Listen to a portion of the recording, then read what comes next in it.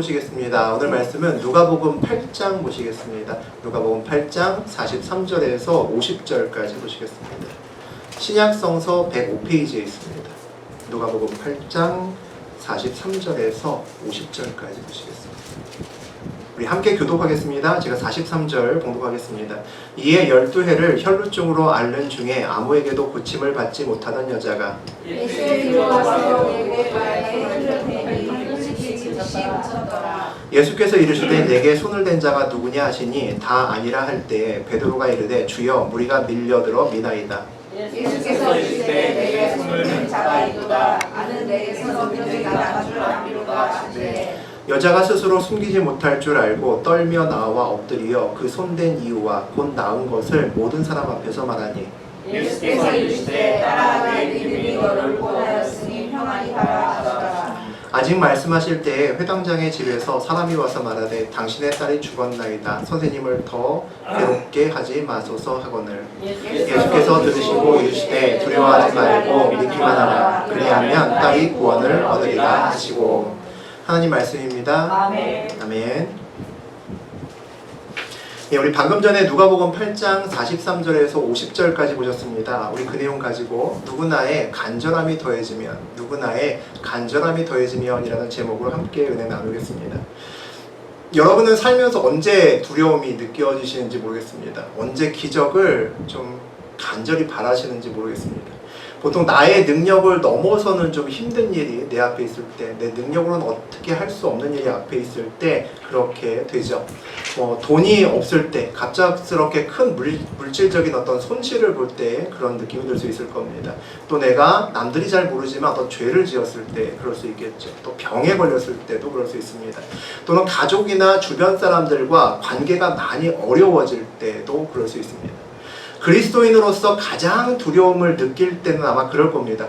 예수님과의 소통이 잘 안 된다라고 느껴질 때, 예수님이 분명히 계신 것 같은데 거리감이 느껴지고 하나님이 잘 느껴지지 않을 때 우리는 굉장히 큰 두려움에 쌓일 수 있겠습니다. 예수님을 신뢰하기 힘든 때가 살면서 가끔 있습니다.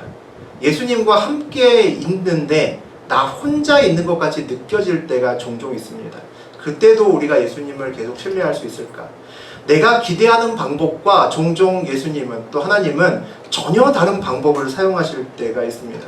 아무리 생각해도 이건 정말 아닌 것 같은데, 그때 우리가 이해할 수 없는 하나님의 방법으로 나를 다루실 때, 그때도 예수님을 신뢰할 수 있을까?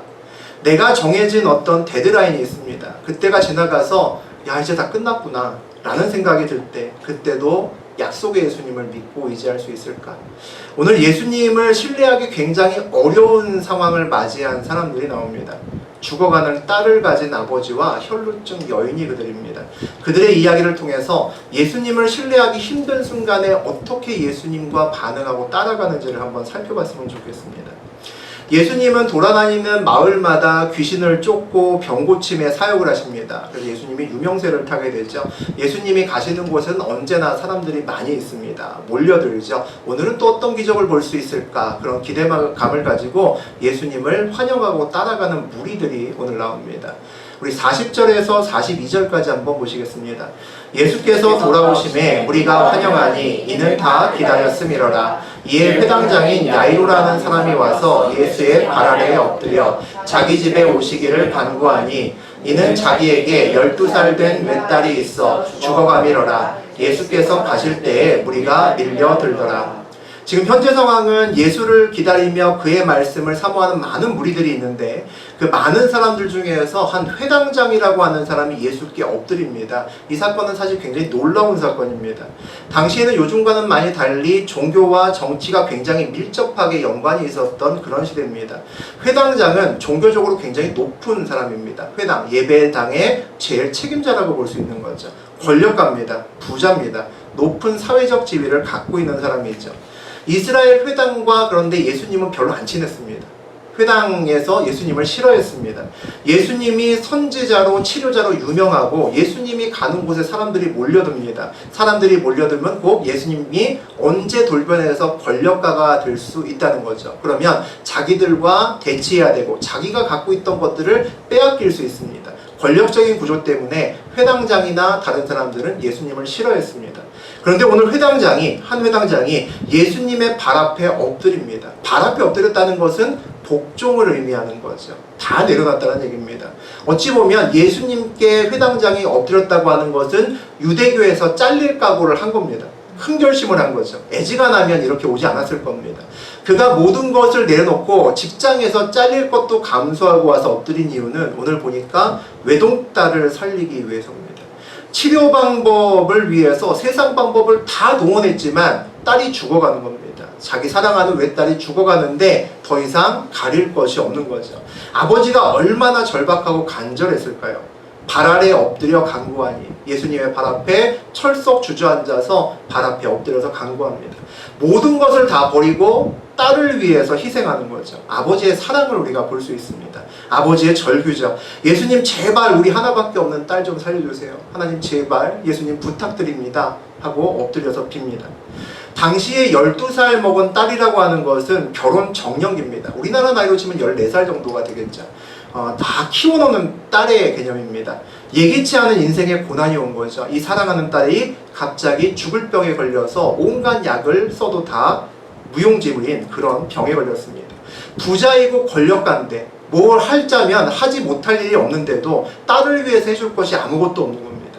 사랑하는 사람을 위해서 내가 가진 모든 것이 아무 의미가 없어질 때 어떻게 보면 그때가 사람으로서는 가장 비참할 때일 겁니다. 무언가 해주고 싶은데 해줄 수 있는 것이 없는 거죠.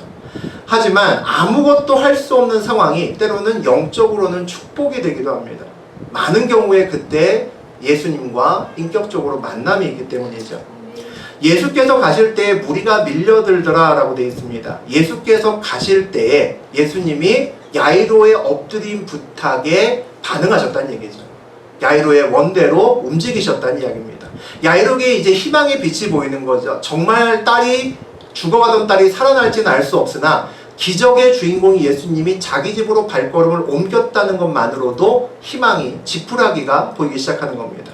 기적의 치료자인 예수님께서 이제 그의 집으로 발걸음을 옮기셔서 방향을 바꾸어서 걷기 시작하십니다. 그런데 첫 번째 방해가 있습니다. 무리들이 밀려들었다라고 되어 있습니다. 예수의 갈 길을 방해하는 거죠. 한시가 급한데 빨리 예수님을 모셔가야 되는데 속이 탔을 겁니다. 무리들이 밀고 밀리면서 예수님이 떠밀리다시피 조금씩 이동을 하시는 거죠. 희생을 감수하고 열심히 간구했고 예수님이 응답하셨습니다. 그래서 원하는 길대로 같이 걸으심에도 불구하고 주변 상황은 순조롭지 않고 방해를 받을 수 있다는 거죠.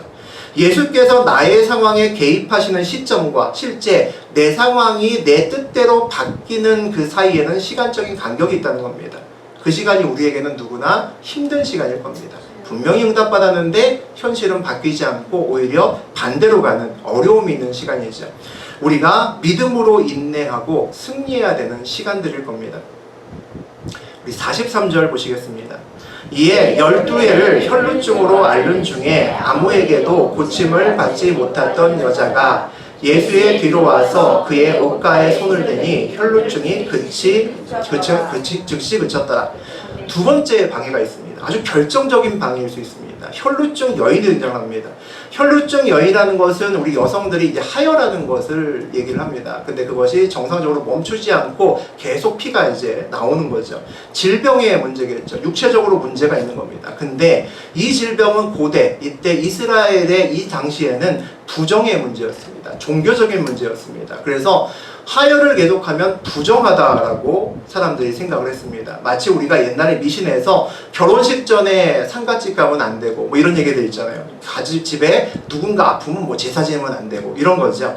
이런 것에 이제 부정탄다라고 얘기를 하잖아요. 그럼 부정의 존재의 의미가 굉장히 강했습니다. 그래서 신앙이나 종교에서 재앙을 일으키는 질병인 겁니다. 그 질병과는 가까이에서는 안 되는 거죠. 우리 시쳇말로 재수 없는 질병입니다. 레위기에서 보게 되면 여성이 정상적인 어떤 생리를 하고 난 다음에도 7일간 보통 부정하다라고 합니다. 그래서 율법상, 고대 율법상으로는 그 여인을 만지지도 말고 그 여인을 만지게 되면 하루 정도, 저녁까지 부정하기 때문에 다 씻고 이렇게 해야 된다는 얘기가 있습니다. 그런데 혈루증 여인은 12년 동안 이 병을 알아왔습니다. 그러니까 12년 동안, 그리고 앞으로도 나을 가능성이 없기 때문에 평생 부정한 존재로 살아가야 됩니다. 이게 어떤 기분일까요? 이런 기분일 겁니다. 만약에 내가 누구하고 악수를 하는데 상대편이 나랑 악수하자마자 얼른 화장실 가서 손을 씻는다면 여러분 기분이 어떠시겠습니까? 내가 앉으면 옆에 있는 사람이 슬며시 일어나는 겁니다. 다른 곳으로 가는 거죠. 부정의 문제는 죄가 아닐 수는 있지만 종교적으로는 금기시하는 겁니다. 부정한 것은 또 전염된다라고 생각합니다. 만지면 나에게도 그 부정이 온다라고 생각하는 거죠. 아무도 혈루병 여인과는 얘기하지 않았을 겁니다. 아무도 악수도 안 하고 아무도 심지어는 접근조차 하지 않았을 겁니다. 무려 12년간 말이죠. 이 여인은 완전히 혼자였을 겁니다. 성경 최고의 왕따 중에 한 명이었겠죠. 12년 동안 누군가와 얘기도 잘 못했을 겁니다. 부모와 형제간도 온전할 리 없습니다. 전부 다 아마 떠나갔을 겁니다. 고치려고 최선 다했겠죠. 자기가 갖고 있는 돈을 전부 다 몰빵해서 이 병을 치료하려고 별별 수단을 다 강구했을 겁니다. 그래도 고치지 못합니다. 부정한 여인의 가장 큰 슬픈 점은 뭐냐면 성막, 회당에 가지 못한다는 겁니다. 예배를 드리지 못한다는 거죠. 영적으로 죽은 상태라는 겁니다. 영적인 사형 선고까지 받은 거죠. 불치병에 걸려 가난하게 되고 영적으로도 피폐해 있는 상황에서 죽음보다 못한 삶을 살고 있는 것이 이 혈루병 걸린 여인입니다. 야이로와 같은 절박함이 있습니다. 나도 예수께 나가면 살 수 있어. 나도 예수께 나가면 병이 혹시 치유될지 몰라 라는 믿음이 있죠. 그런데 도저히 예수 앞에 나갈 자신이 없는 겁니다. 사람의 눈길과 눈초리가 너무 무서운 거죠. 그래서 오늘 본문을 보니까 몰래 뒤로 간 느낌이 듭니다. 예수의 뒤로 가서 그의 옷가에 손을 대니라고 되어 있죠. 심지어 뒤로도 아마 떳떳하게 가지 못했을 겁니다. 누가 자기를 알아보면 다 피하고 도망갔기 때문이죠. 밀어버렸을 겁니다. 여기가 어디냐고, 어디 알아서 오냐고. 아마도 얼굴을 숙이거나 무언가 얼굴을 가리면서 누군지 잘 모르게 왔을 겁니다. 혈루병은 일반적인 병하고 다른 거죠. 소경도 열병 환자도 숨지 않습니다. 예수 앞에서 숨지 않습니다. 그런데 여인의 병은 부정한 병이고 당시에 더러운 병입니다. 재앙을 가져오는 아주 재수없는 병인 거죠. 회당에 와서도 안 되고 누구를 만져도 안 되는 병입니다. 그래서 여인은 몰래 예수님 뒤에 가서 살짝 만지려고 합니다. 옷가에 손을 대는 것은 치료받고 싶은 간절함의 몸짓입니다. 유대인의 전통에 신령한 사람의 옷가, 옷술에 손을 대면 치유가 일어난다는 믿음이 있었습니다. 그래서 부정한 여인이 오늘 종교적인 금기를 깨고 몰래 와서 만진 겁니다. 스스로 부정한 것을 알고 부정이 예수께 옮아갈 수 있을지도 알면서 의도적으로 만져서는 안 되는 줄 알면서 몰래 뒤로 와서 살짝 만지려고 온 거죠. 살려고. 병을 고치고 싶어서 어쩔 수 없는 여인의 선택이었습니다. 예수 앞으로 나갈 수 없는 여인의 최선의 선택은 몰래 뒤로 가서 살짝 만지고 가는 길밖에 없었습니다. 45절과 46절 보시겠습니다. 예수께서 이르시되 내게 손을 댄 자가 누구냐 하시니 다 아니라 할 때에 베드로가 이르되 주여 우리가 밀려들어 미나이다. 예수께서 이르시되 내게 손을 댄 자가 있도다. 이는 내게서 능력이 나간 줄 알미로라 하시는데 사람들 몰래 뒤를 갔던 여인이 몰래 옷가만 만지고 도망가려고 했습니다. 그런데 만지는 순간에 와 세상에 정말 병이 나은 겁니다. 느낄 수 있는 거죠. 출혈이 멈춘 겁니다. 확신한 겁니다. 야 나았다. 보통의 질병을 앓은 사람이 예수를 만지고 나왔다면 그 자리에서 펄펄 뛰고 난리가 났을 겁니다. 눈이 보인다. 내가 일어났다. 난리가 났겠죠. 하지만 이 여인은 조용히 있었을 겁니다. 웃을 수도 소리를 지를 수도 없습니다. 그녀는 부정한 여인이기 때문이죠. 감정 표현을 하지 않는 것에 이미 익숙해져 있습니다. 12년간 그렇게 살았기 때문입니다. 기쁘나 슬프나 감정 표현하지 않고 혼자만 사귀는 데 익숙해져 있는 거죠. 예수의 뒤편에 있어서 몰래 가려고 하는데 예수님이 갑자기 돌이키시더니 부르십니다. 예수님께서 부르시니까 이 여자가 얼마나 당황했을까요? 여인은 살짝 만지고 아무도 모르게 가려고 했는데 여인은 긴장하고 완전히 멘붕 상태였을 겁니다. 그냥 이대로 조용히 가고 싶었는데 그런데 모두의 왕따였던 여인이 이제 예수 앞에 나갈 수밖에 없는 상황이 되었습니다. 아마 병을 치료받았던 거의 기쁨보다 모든 사람의 시선이 집중된 그 앞에 나가는 것이 더 힘든 순간이었을 겁니다. 47절과 48절 보시겠습니다. 여자가 스스로 숨기지 못할 줄 알고 떨며 나와 엎드려 그 손댄 이유와 곧 나은 것을 모든 사람 앞에서 말하니 예수께서 이르시되 딸아 내 믿음이 너를 구원하였으니 평안히 가라 하시더라. 떨며 나와 엎드리어라고 되어 있습니다. 나오기가 쉽지 않았다는 거죠. 더 이상 있을 수가 없어서 어쩔 수 없이 부들부들 떨면서 나옵니다. 병을 치료를 받았음에도 불구하고 그런 모습을 보이는 거죠. 그리고 자기가 예수께 손을 댄 이유와 그리고 나은 것에 대해서 조심스럽게 떨면서 아마 작은 목소리로 얘기를 했을 겁니다. 병의 치료에 대한 간증이었겠죠. 예수님께서 얘기를 하십니다. 딸아 평안히 가라. 조심 예수님이죠. 얼마 만에 들어보는 말이었을까요? 딸아. 딸이라는 것은 가족만 쓰는 말입니다. 예수께서 그 여인에게 딸아라고 부르십니다.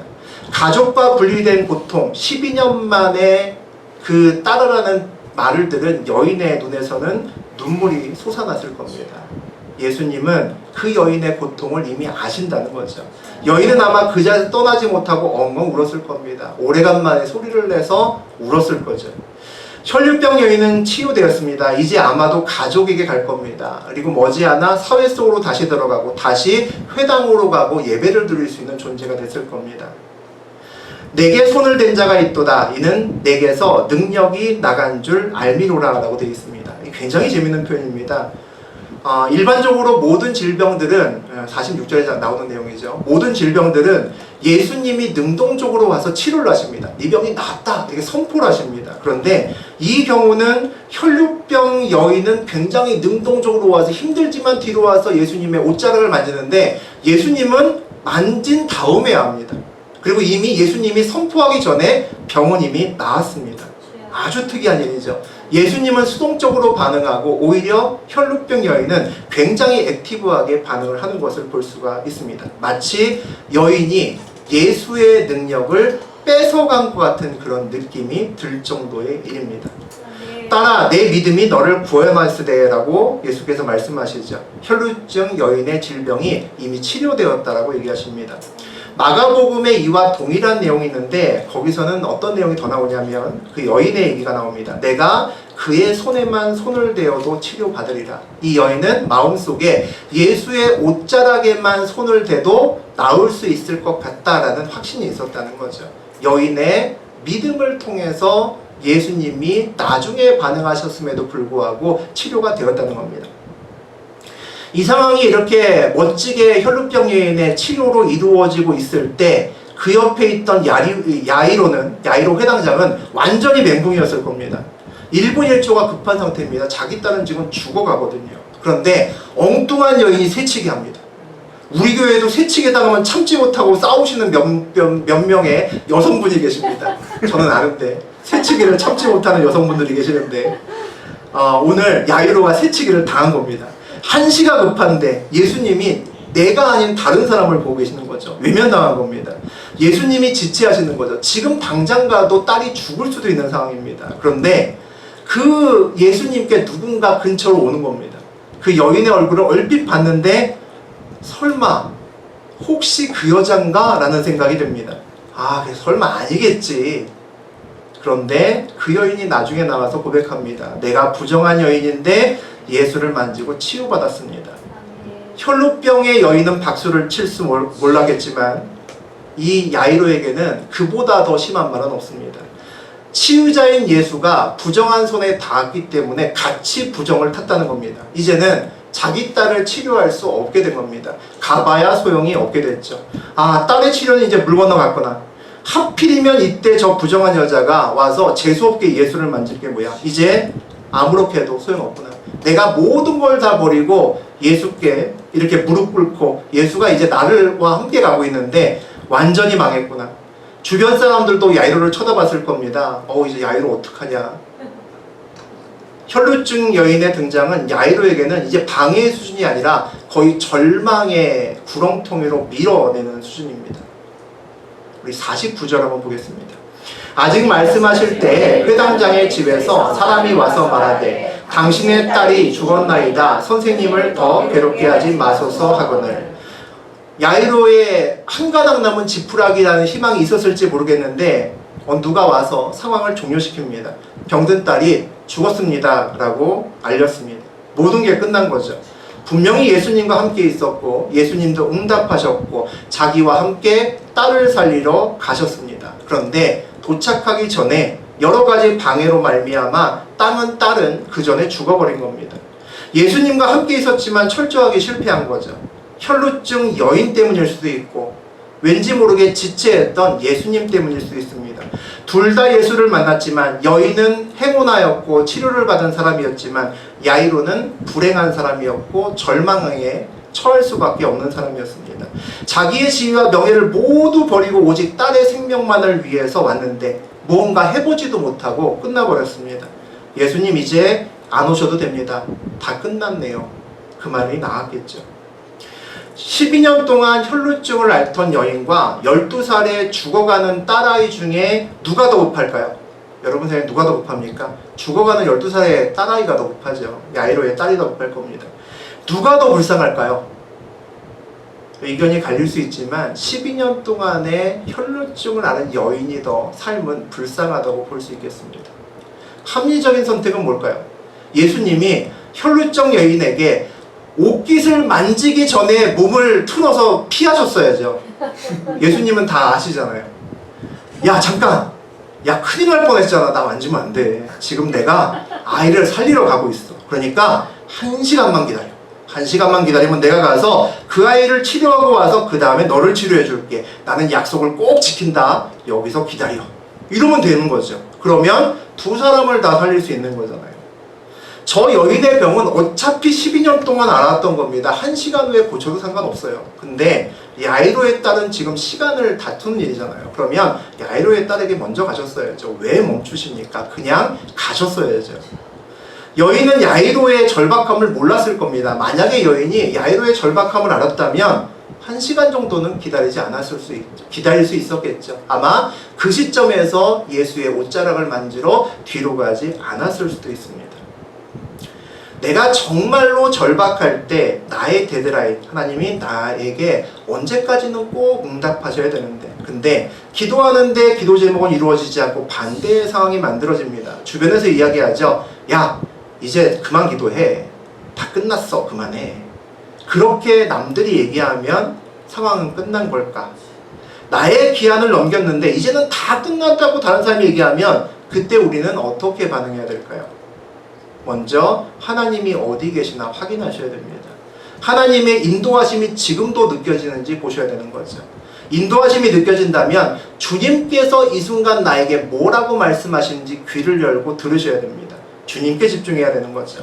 하나님의 인도하심이 느껴짐에도 불구하고 나의 데드라인을 넘기셨다면 하나님의 때와 나의 때가 다른 겁니다. 우리는 하나님의 사람이고 주님이 끝났다고 하기 전까지는 끝난 게 아닌 거죠. 원래 정상적인 일반적인 동화책이라면 여기서 끝났어야 됩니다. 죽었잖아요. 여기서 엔딩이 일어났어야 되는 거죠. 그런데 사람들의 이 끝난 스토리는 사람들의 진로 방해 그리고 혈루증 여인의 예기치 못한 세치기 때문에 딸이 죽는 비운의 아버지로 새드 엔딩으로 끝날 수 있을 겁니다. 그런데 오늘 이야기는 끝나지 않고 계속됩니다. 그 이유는 예수님께서 다시 멈췄던 발걸음을 돌려서 야이로의 집으로 발걸음을 옮기기 시작하셨기 때문입니다. 세상 사람들의 반응은 모두 끝났다라고 했지만 예수님의 반응이 끝이 아니라 다시 발걸음을 옮기셨기 때문에 이 이야기는 계속되는 겁니다. 우리 50절 보시겠습니다. 예수께서 들으시고 이르시되 두려워하지 말고 믿기만 하라. 그리하면 딸이 구원을 얻으리라 하시고, 예수님의 반응은 뭡니까? 들으시고 이르시되라고 말씀하십니다. 듣는다라고 했을 때 여러 가지 반응이 있죠. 우리 귀담아서 들을 수도 있고, 한 귀로 들리고 한 귀로 듣고 한 귀로 흘릴 수도 있습니다. 또 듣는 척할 수도 있죠. 전부 다 듣는다죠. 누가복음에선 이 들으시고가 헬라어로는 좀 다르게 표현되어 있는데 영어로 하게 되면 히어입니다. 그냥 듣는다예요. 근데 마가복음에 동일한 이 구절이 있는데 거기서는 아주 특별한 말을 씁니다. 영어로 이그노, 다시 말하면 무시하다는 말을 써요. 예수님께서는 사람들의 말 와서 야 이제 죽었어, 이제 끝났어 라는 이 말을 듣고 완전 무시하셨다라는 내용이 있습니다. 통쾌하죠. 세상 사람들이 와서 야 상황 끝났어, 네 딸 죽었어 그러는데 예수님께서 그 말을 무시하시고 발걸음을 옮기셨다는 겁니다. 무엇이 중요할까요? 세상의 말과 예수님의 말 중에 예수님은 세상의 현실 위에 계시는 분이죠. 당연히 예수님의 말이 우선이죠. 회당장에게 오늘 전해진 두 가지의 소식이 있습니다. 첫 번째는 사람의 소식이었습니다. 딸이 죽었다는 거죠. 사실입니다. 현실입니다. 거짓이 아니죠. 또 하나의 소식은 예수님의 소식입니다. 현실과 사실과 다른 이야기입니다. 믿음의 소식이죠. 혹시 예수님과 함께 걷고 있는데 세상적인 절망 가운데 있을 수 있습니다. 거기에는 반드시 예수님이 여러분에게 주시고 싶은 선물이 있습니다. 기대하셔도 좋습니다. 우리 52절과 53절 보시겠습니다. 모든 사람이 아이를 위하여 울며 통곡하며 예수께서 이르시되 울지 말라 죽은 것이 아니라 잔다 하시니 그들이 그 죽은 것을 아는 고로 비웃더라. 예수님은 세상의 소리를 무시하셨다라고 했는데 재밌게도 세상도 예수님을 비웃고 있습니다. 서로 비웃고 있어요. 누가 이길까 궁금하죠.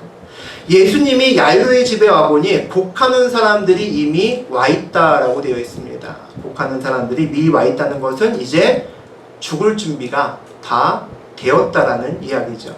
예수님은 야이로에게 어찌 보면 하나의 지푸라기일 수 있습니다. 어찌 보면 처음에 예수님을 불렀을 때부터 마지막 수단이었지 예수님이 와도 자기 딸이 정말 살 거라고 믿지는 않았을 수 있습니다. 예수님이 오기 전부터 이미 절망이 야이로의 집을 덮고 있었는데 이제 딸이 죽었다는 소식이 들렸기 때문에 이제 더 이상 희망이 완전히 사라진 그런 집에 왔습니다. 딸은 이미 죽었는데 예수님은 왜 오셨을까요? 예수님은 뜬금없이 야이로의 딸이 잔다고 하십니다. 그러면 죽은 것이 분명한데 그 자리에 있던 의사나 다른 사람들이 무슨 생각을 하겠습니까? 지금 장난해? 이런 생각이 들 수밖에 없는 거죠. 죽었는데 잔다라고 하는 겁니다. 죽은 사람에게 잔다는 말이 무슨 말일까요? 거짓말이잖아요. 죽었는데 예수님께서 잔다라고 하시거든요. 예수님이 이래서 설교하기가 되게 힘듭니다. 분명히 죽었는데 잔다 그러세요. 어떻게 우리가 이 말을 받아들여야 될까요? 사람들에게는 죽었다는 의미입니다. 죽었다는 의미는 예수님은 치료자, 병든 자를 고치시는 자입니다. 죽었다는 이야기는 예수님의 능력 밖에 있다는 이야기입니다. 예수님의 의견은 다릅니다. 잔다라고 하는 거죠. 죽었는데 잔다라고 얘기합니다. 자면 깨우면 되는 거죠. 그 아이의 죽음이 내 능력 안에 있다는 이야기입니다. 예수 안에서 죽음은 없다는 얘기죠. 예수님은 죽음을 이기신 분이기 때문에 예수님께는 죽은 자도 자는 자와 같다라고 말씀하시는 겁니다. 54절 보시겠습니다. 예수께서 아이의 손을 잡고 불러 이르시되 아이야 일어나라 하시니 죽음을 이기신 예수님이죠. 시체에 손을 올립니다. 부정한 행위입니다. 부정 중에서 이거보다 더 부정한 행위는 없습니다. 가장 부정의 최고봉이 시체입니다. 근데 시체에다 손을 올리는 거죠. 혈루증하고 비교도 안 될 정도로 부정한 겁니다. 시체를 만지면 일주일 동안 부정한 상태로 있어야 되는 거죠. 그냥 말로 일어나라 그러면 되잖아요. 말로 일어나라고 하면 되는데 굳이 거기다가 시체에다가 손을 올리십니다. 그 주변에 있었던 사람들이 멘붕이었을 겁니다. 이스라엘 백성들은 절대 시체에다 손을 올리지 않습니다. 그런데 예수는 일부러 친히 거기에다가 손을 올리시는 거죠. 그럴 필요가 없음에도 불구하고 예수의 시체에 대한 터치를 통해서 시체에 생명이 들어갑니다. 부정한 시체가 부정하지 않는 생명이 있는 몸이 되었습니다. 예수의 생명이 죽음보다 크기 때문이죠. 예수는 부정함의 대명사인 시체와 함께 있는데 시체의 부정함이 예수께 흘러가는 것이 아니라 예수의 생명이 부정한 시체에게 흘러갑니다. 놀라움을 넘어선 경이로움입니다. 예수의 생명이 사망의 부정을 이겼다라는 거죠. 우리 55절 보시겠습니다. 그 영이 돌아와 아이가 곧 일어나거늘 예수께서 먹을 것을 주라 명하시니 그 영이 돌아와 아이가 곧 일어나거늘 누가 맞았다는 겁니까? 죽은 게 맞았다는 거죠. 예수님의 잔다가 아니라 죽은 게 맞았다는 겁니다. 그러니까 영이 다시 돌아온 거죠. 야이로는 이제 절망적인 현실을 이기는 현장에 서 있습니다. 이 사실을 자기의 믿음으로 받아들이면 다시 절망적인 상황이 와도 예수만 함께 있으면 그곳에 언제든지 생명이 있다는 것을 알았을 겁니다. 야이로는 그 말의 뜻이 하나님이 깨우신다라는 말입니다. 오늘 하나님께서 야이로를 제대로 영적으로 깨우셨다는 이야기죠. 예수를 만남으로 완전한 절망에서도 희망이 생긴 것을 보았습니다. 절망적인 상황을 이기는 방법으로 세상에서는 긍정의 힘이라는 것을 제시합니다. 얼마 전에 유명한 베스트셀러, 조금 됐지만 꿈꾸는 다락방이라는 책이 있습니다. 혹시 읽어보셨는지 모르겠습니다. 그 내용을 보면 어떤 내용이냐면 생생하게 꿈을 꾸면 이루어진다라는 내용입니다. 저도 읽어봤는데 그런 얘기입니다. 예를 들어서 제가 벤츠를 타고 싶어요. 그럴 수 있잖아요. 어릴 때 나 커서 저렇게 좋은 차 벤츠를 타고 싶다 라고 하면 지나가다가 벤츠 차를 보잖아요. 그럼 거기 멋지게 해서 친구 보고 야 사진 한 장 찍어줘. 그래서 사진을 찍습니다. 그 다음에 그 자기와 벤츠차가 나란히 찍힌 사진을 매일 쳐다보는 겁니다. 그 다음에 내가 어린이 되었을 때도 이 자리에 있는 것을 매일 상상하는 겁니다. 그러면 내가 언젠가는 그 차를 타고 있게 된다라는 것이 그 책의 주장입니다. 개인적으로 동의할 수 없지만 굉장히 많은 사람이 열광했던 책입니다. 그 비슷한 책들도 무지 많습니다. 긍정의 힘이라든지 한때 베스트셀러의 대명사들이 됐습니다. 긍정적인 기대와 관심은 사람에게 굉장히 좋은 영향을 미칩니다. 야, 넌 잘 될 거야. 넌 앞으로 훌륭하게 될 거야. 이렇게 칭찬을 받는 아이와 야, 너는 진짜 재수없어. 너 뭘 해도 안 돼. 이렇게 양육을 받는 아이가 나중에 굉장히 큰 차이를 보일 겁니다. 생물학적으로도 헤비메탈을 틀어준 식물과 조용한 클래식, 예쁜 음악을 틀어준 식물 사이에 성장의 차이가 있다는 그런 심리학에서의 보고들도 있습니다. 세상은 긍정의 힘이 중요하다고 이야기를 하고 좋은 효과와 바람직한 여러 가지 결과를 만들어낸다고 이야기합니다. 근데 사실은 자세히 이성적으로 보게 되면 뜬금없는 이야기입니다. 맹목적인 이야기죠. 힘든 현실 보지 말라는 겁니다. 그 책을 가만히 보면 힘든 현실 보지 말고 외면하라는 겁니다. 그리고 무조건 네 미래는 무조건 발달하고 찬란할 거라고 상상하라는 겁니다. 그냥 믿으라는 겁니다. 근거 없이 네 상황이 앞으로 좋아질 거고 너는 좋은 차를 타게 될 거야. 믿으라는 겁니다. 그러면 나중에 그렇게 될 거야 라는 이상한 얘기를 하고 있는 책입니다. 성경이 말하는 믿음은 뭘까요?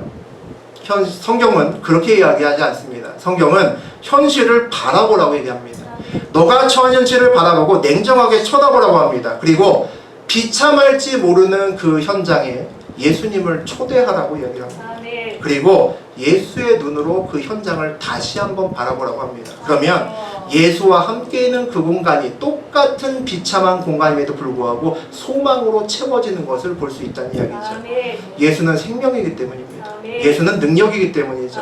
비참한 현실과 상관없이 우리는 예수와 함께 있으면 거기서 소망을 볼 수 있습니다. 성경은 현실을 외면하라고 하지 않습니다. 절망의 자리에 예수를 초대하고 그분의 생명으로 절망을 희망으로 바꾸라고 이야기합니다. 가장 부정적인 자리, 시체가 있는 자리라도 예수와 함께라면 그곳은 소망으로 바뀐다는 거죠. 죽음의 현실에서도 잔다라고 얘기할 수 있는 겁니다. 야이로는 이제 새로운 믿음을 갖게 되었을 겁니다. 예수만 있으면 된다라고 생각했겠죠. 왜 예수님은 야이로를 외면하시고 12의 혈루증 여인에게 집중하셨을까요? 여러분 어떻게 생각하십니까? 야이로의 딸부터 살리고 사실은 나중에 고치는 것이 더 맞습니다. 그러면 이렇게 힘들게 일하지 않으셔도 되는데 혈루증 여인이 야이로와 예수님께 왜 왔는지 알았다면 그 12살짜리 딸이 얼마나 부러웠을까요? 그러지 않았을까요? 오늘 자기를 살리기 위해 모든 것을 버린 아버지를 가진 딸이 있습니다. 그리고 아무도 없이 스스로 죄인처럼 혼자서 숨어들어서 온 혈루증 여인이 있습니다. 우리는 여기 현장에서 오늘 2명의 아버지를 발견합니다. 죽어가는 12살짜리 딸의 아버지 야이로가 있고 12년을 죽음보다도 괴로운 삶을 사는 혈루증 여인의 아버지 예수님이 있습니다. 예수님은 이제 예수님과의 만남을 그녀의 마지막 희망으로 가지고 온 여인의 접근과 그 여인이 옷깃을 만지는 것을 아셨을 겁니다. 모르실 리가 없죠. 그런데 만지게 내버려 두셨습니다. 얘야 조금만 더 기다려 이렇게 말할 수 없었습니다. 그 죽음보다 비참한 삶을 살고 있는 혈루증 여인은 이미 영적으로 12년 전에 죽은 여인이었기 때문이었습니다. 그래서 예수님은 여인아 라고 부르지 않으시는 겁니다. 딸아 평안히 가라 라고 얘기하시는 거죠. 딸아 내가 내 아버지다. 아버지의 마음으로 여인을 바라보시고 말씀하셨습니다. 많은 사람들은 병고침을 원합니다. 기적을 원하죠. 우리의 삶에도 기적이 일어났으면 하고 바라실 겁니다. 그리고 많은 사람들이 예수의 옷을 만졌습니다. 그날 이리저리 밀리면서 예수님의 옷자락에 손을 댄 사람이 한둘이 아닙니다. 그러나 기적을 체험하는 한 여인이 있고 그냥 기적을 바라보는 옷자락만 만진 무리들이 있습니다. 모든 사람이 교회에 올 수 있습니다. 그래서 쉽게 생각합니다. 누구나 예수를 만날 수 있지만 아무나 예수를 만나는 것은 아닙니다. 누구나 구원받을 수 있지만 아무나 구원받는 것은 아닙니다. 누구나 예수의 옷을 만들 수 있지만 아무나 기적을 체험하는 것은 아닙니다. 여러분은 누구나와 아무나 중에 어디에 속하시는지 모르겠습니다. 누구나의 간절함이 더해지면 기적을 체험합니다. 두 명의 간절함을 가진 사람이 있습니다. 야이로와 혈루증 여인이죠. 둘 다 모두 예수님께 엎드렸습니다. 한 명은 앞에, 한 명은 뒤에 엎드렸죠. 하나님을 신뢰하지 못하는 사람은 하나님 앞에 엎드릴 수 없습니다. 예수께 엎드릴 수 없습니다. 엎드리는 사람은 하나님을 전적으로 신뢰하는 사람이던가 아니면 하나님만 남고 믿을 수 있는 모든 것이 다 사라진 사람입니다. 그래서 어쩔 수 없이 그분 앞에 무릎 꿇는 사람이 있을 수 있겠죠. 하나님을 신뢰하는 사람만이 간절한 마음으로 엎드릴 수 있고 주님을 바라볼 수 있습니다. 예수님은 예수 앞에 자신이 가진 모든 것을 버리고 오로지 딸의 치료를 위해서 간절한 마음으로 예수 앞에 엎드린 야이로도 외면하지 않으셨습니다. 부정한 여인이나 죄인처럼 감히 앞으로도 오지 못하고 벌벌 떨면서 뒤에 몰래 다가와서 옷깃만 만지고 도망가려 했던 혈루증 여인도 외면하지 않으셨습니다. 둘 모두 간절함이 더해졌기 때문입니다. 담대한 분들은 야이로처럼 예수님 앞에 나아가 앞에서 엎드리시면 됩니다. 겁이 많으신 분들은 혈루증 여인처럼 뒤에 몰래 엎드리셔도 됩니다. 어떤 모습이든지 간절함만 있으면 응답이 있습니다. 혈루증 여인처럼 간절한 마음은 다른 곳에 가는 예수님도 멈추어 세웁니다. 그분께서 나를 찾고 주목하도록 만들 수 있습니다. 야이로처럼 모든 것을 희생하고 주 앞에 엎드리는 간절한 마음을 가지고 있으면 죽음의 절망도 생명의 희망으로 바꿀 수 있습니다. 세상의 비웃음을 주님의 생명으로 이기게 만들 수 있습니다. 누구나 야이로처럼, 누구나 혈루병 여인처럼 될 수 있습니다. 누구나의 간절함만 더해지면 저하고 여러분도 기적의 주인공이 될 수 있습니다. 그 간절함으로 우리의 인생길에서 야이로처럼, 혈루증 여인처럼 기적을 체험하시는 저하고 여러분이 되셨으면 좋겠습니다. 우리 말씀